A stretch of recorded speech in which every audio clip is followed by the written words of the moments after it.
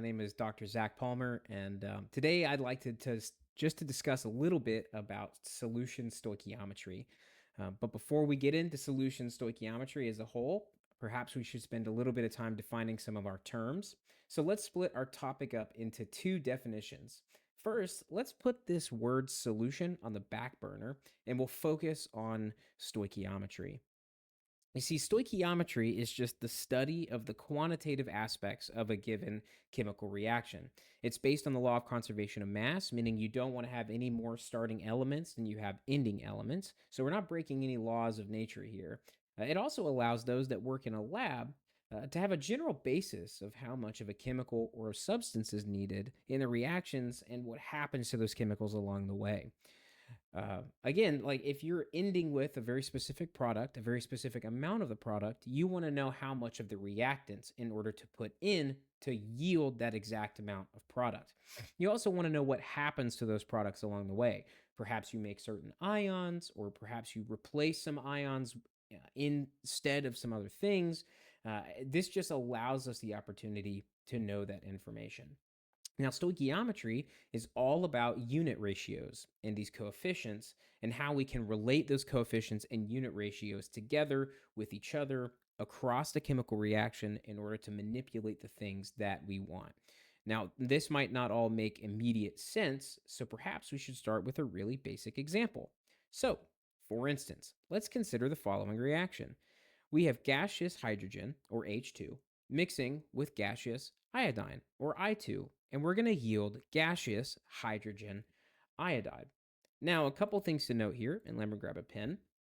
The first thing that we should see is that one equivalent of H2 and one equivalent of I2 are going to react together in order to produce two equivalents of HI, hydrogen iodide. Now, this is what I meant when I said unit ratios. These unit ratios, or these coefficients, are very, very helpful, but using the word equivalent doesn't necessarily mean a whole lot immediately. Now, does this mean that one molecule of H2 and one molecule of I2 generate two molecules of HI? Well, yes, but in stoichiometry, we aren't so much concerned with single molecules as it's really hard to separate out these single molecules for efficient chemical reaction on a scale that we like to work in a laboratory setting. So instead, stoichiometry utilizes these unit ratios found in the coefficients, this 1 and this 2 here, along with the concept of a mole. A mole is like a dozen. It's a defined numerical value of something. A dozen eggs is the same number of stuff as a dozen cookies. It will always be 12. A mole just so happens to be a whole lot bigger. Actually, what that means is a mole is exactly 6.022 times 10 to the 23rd of just about anything. In the world of chemistry, we tie this value to the number of atoms. So a mole of hydrogen atoms is the same number as a mole of iodine atoms. But what sets this apart? Because if you were to look at a mole of hydrogen gas, or H2, and a mole of iodine gas, they would be the same number of atoms. And if you have this relationship of a 1 to 2 ratio here, you might think, oh, if I take 5 grams of H2 gas or 5 grams of I2 gas and mix them together, I would yield 10 grams of HI. Now, that's not actually correct. So, what sets these values apart? Well, it's actually the mass of the object. You see, a mole is also related to the mass of these molecules or of these elements. And we call this the molar mass. So for every 6.022 times 10 to the 23rd molecules of H2, that weighs out to be about 2.0152 grams. Iodine gas would follow, 253.810, and so would HI, hydrogen iodide, 127.913. So knowing these values, which may not immediately matter, knowing this information actually allows us the opportunity to calculate just how much of the HI product we could make from any given number of H2 or I2. Or if we had a very specific amount of HI that we wanted to make, we would know how much we needed to make because we can convert between all of our moles of H2I2 and HI and all of the grams that are associated therein. These are things that we will practice later on once we actually get to solutions. Now, speaking of solutions, what is a solution? Well, for us as chemists, a solution is just any combination of solute and solvent. Now, again, these are two words that we should probably define. A solute is something that has the potential to be dissolved. That would be this here. This has the potential to be dissolved. Now, a solvent is the anything that can dissolve. So, if a solute is what is being dissolved, a solvent is something that has the potential to dissolve a solute. Much of solution chemistry is actually concerned with a very specific type of solution, and we call that an aqueous solution. The operative word here is aqueous. It basically just means in water. So, anything that can be dissolved in water can be thought of as an aqueous solution. So, just for an example, if we take something like copper 2 chloride solid, it's a powder.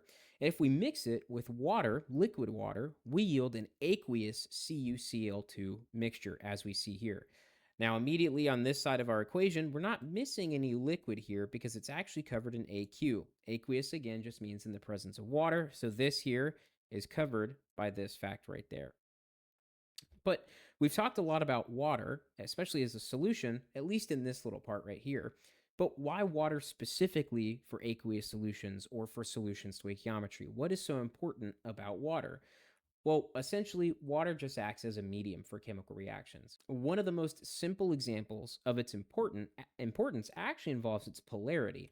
See, if we look at the polarity of a water molecule, you'll notice that all of the negative charge is centered on this oxygen, while more of the positive charge is centered here.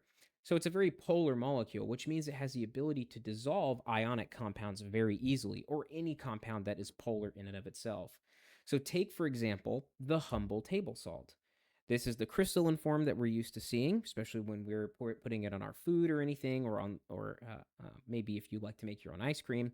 But when we look at the molecule in its molecular view here, we can see that we have these sodium atoms and these chlorine atoms. And our body actually needs both of those things in their ion form for lots of different regulatory purposes. However, if you just spill salt on your hands, nothing is going to happen. It has to be in the presence of water. But why? Well, again, the polarity of water will break down these molecules, these salt molecules, into the positive sodium ions and the negative chlorine ions. This is a very simple example, but it just shows you how important aqueous reactions are for human beings. This is the case for many different reactions taking place within the human body, as well as around the Earth and many different aspects of our planetary chemistry as well. It just has lots of impacts. That's why water and aqueous solutions are so vitally important for solution stoichiometry. All right. So again, we're gonna combine our things back together, our topics of solution and stoichiometry, to talk about solution stoichiometry.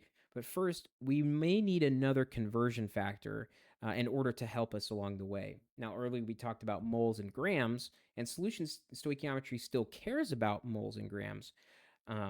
But we also get to take advantage of using a separate quantifiable value because we're using liquid water, and that's concentration. Now, concentration is just a measure of how much solute you can dissolve in a given volume of water. Now, the word we like to use for that is molarity. That's the concentration. And to be very specific, a molarity is just the number of moles of the solute in a single liter of solution. So, mole per liter, and it's quantified with a big M, symbolized by a big M, I'll say, and that stands for molarity. Now, the common word used when describing a solution with a specific molarity value is molar. For instance, if you have 3 moles of copper 2 chloride and 1 liter of water, you will yield a 3 molar copper 2 chloride solution. And just like that, we now have another conversion factor that we can use in order to relate the moles of different chemicals together in a chemical equation.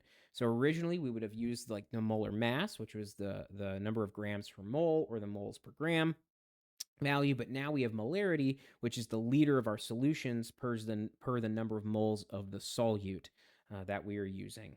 So let's take all of this information that we have attained so far in the video and apply it to a real life example.